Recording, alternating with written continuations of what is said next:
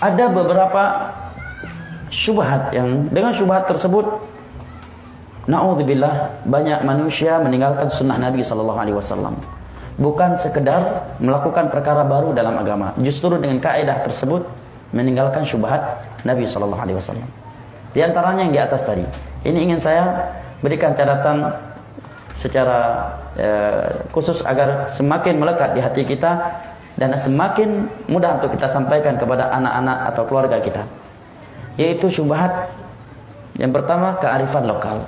Maka ini syubhat mudah untuk dibantah. Karena syubhat ini lebih lembut, lebih lemah daripada Baitul Ankabut, rumah laba-laba. Ya. Atau kaidah di mana bumi dipijak, di situ langit dijunjung tinggi. Kita katakan Allah tidak berkata demikian. Allah menyatakan ittaqillaha haitsu ma kunta. Bertakwalah engkau kepada Allah dimanapun engkau berada. Beribadahlah engkau kepada Allah sampai kematian datang menjemputmu. Wa'bud rabbaka hatta ya'tikal yaqin. Ya, ini yang ada. Dan sumber takwa adalah mengikuti sunnah Nabi SAW. Baik. Dengan kaidah tersebut kita akan mengabaikan sekian perintah Allah dan Rasulnya tatkala menyelisihi kebanyakan manusia. Yang kedua, dan ini yang paling banyak memakan korban,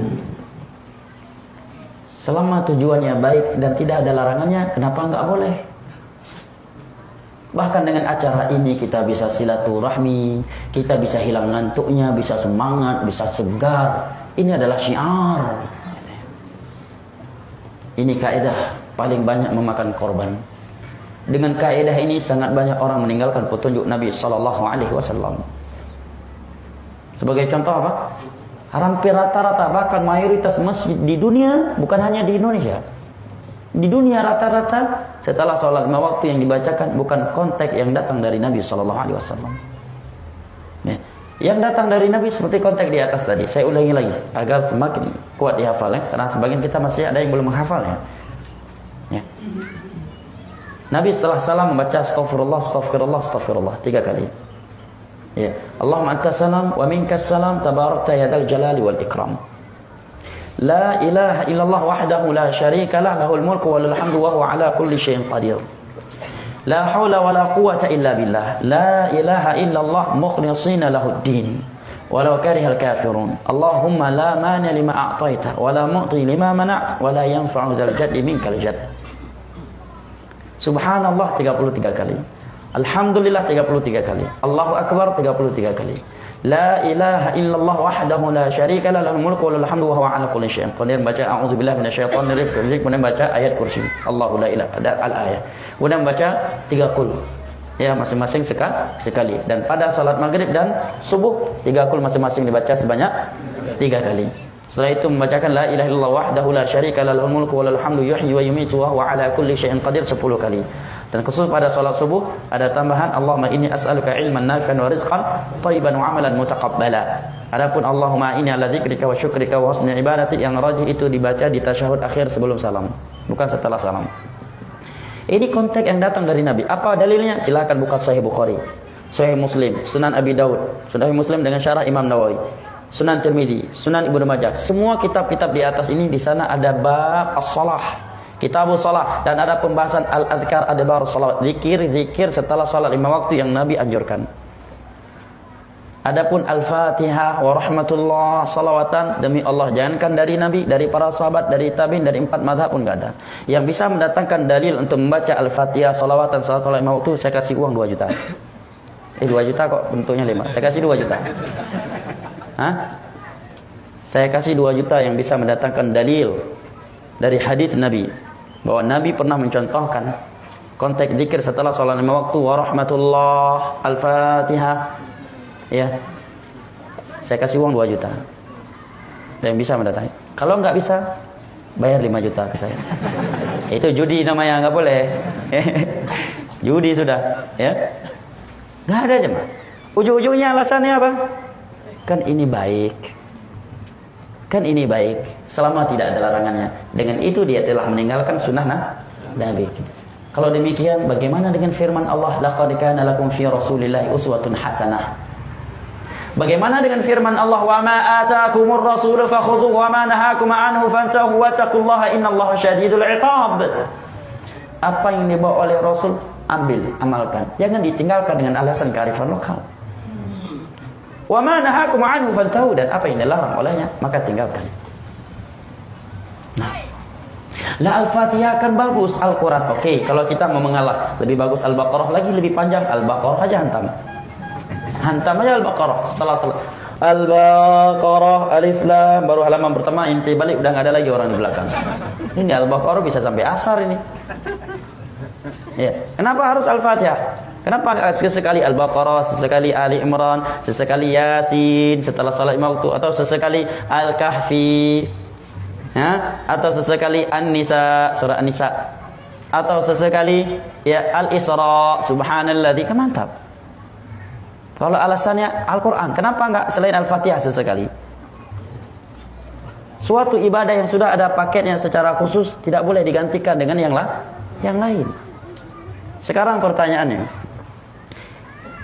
bolehkah pertanyaannya dalam Sahih Bukhari dari Anas bin Malik radhiyallahu an, Nabi menyebutkan konteks zikir menjelang masuk WC adalah Allahumma inni a'udzubika minal khubuthi wal khaba'ith. Ini doa menjelang masuk WC. Aku memohon perlindungan kepadamu ya Allah dari syaitan laki-laki dan wanita. Kata Nabi, apa dalam beberapa riwayat disebutkan orang yang membacakan zikir ini sebelum masuk WC, maka Allah akan butakan setan-setan yang ada di WC untuk melihat auratnya. Yang enggak baca ini bisa auratnya bisa terlihat oleh setan. Walaupun ente sendirian, setan belangak-belangak lihatnya. Pertanyaannya, apakah konteks ini boleh kita tukar dengan Al-Fatihah saja? Kan baik Al-Fatihah. Bagaimana, apa kiranya kalau ada orang mau masuk WC, bukan doa itu yang dia bacakan, tapi yang dia bacakan sebelum masuk WC, Al-Fatihah wa rahmatullah, alhamdulillahi rabbil alamin, sallallahu ala, baru masuk WC selesai. Boleh? Boleh. Dan saya kira belum ada yang melakukannya. Semua pasti akan membaca Allahumma inni a'udzubika minal khubuthi wal khaba'ith. Pertanyaannya, kenapa enggak sesekali Al-Fatihah di situ?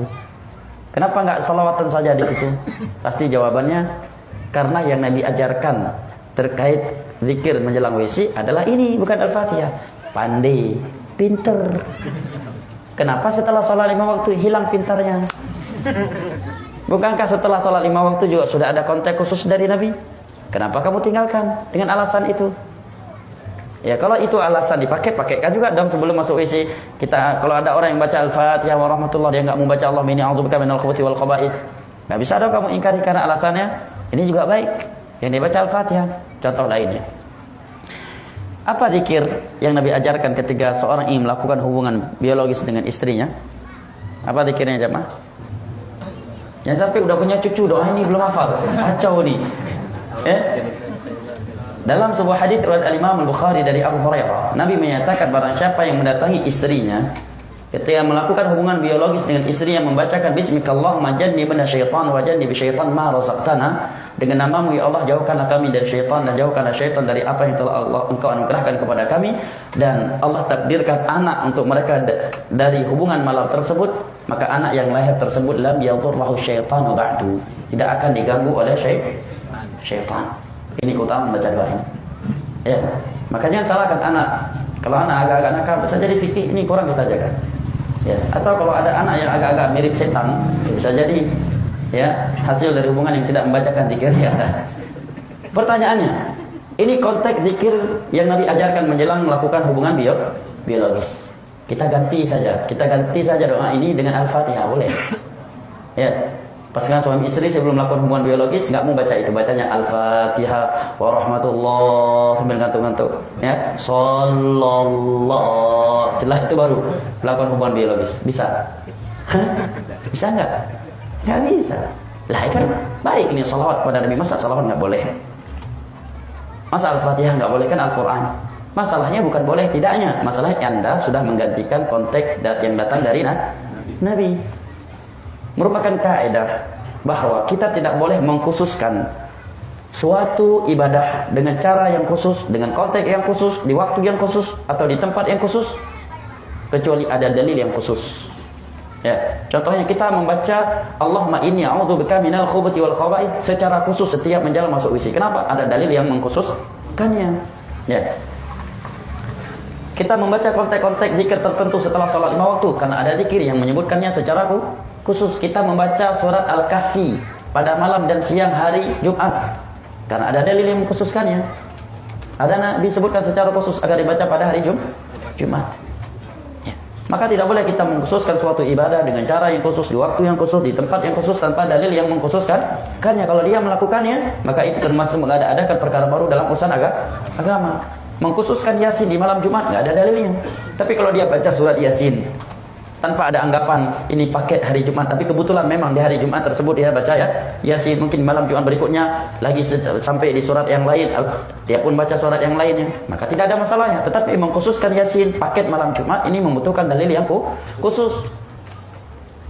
Dalil yang mengkhususkan malam atau siang Jumat dengan suatu surat dalam Al-Quran hanya surat Al-Kahfi.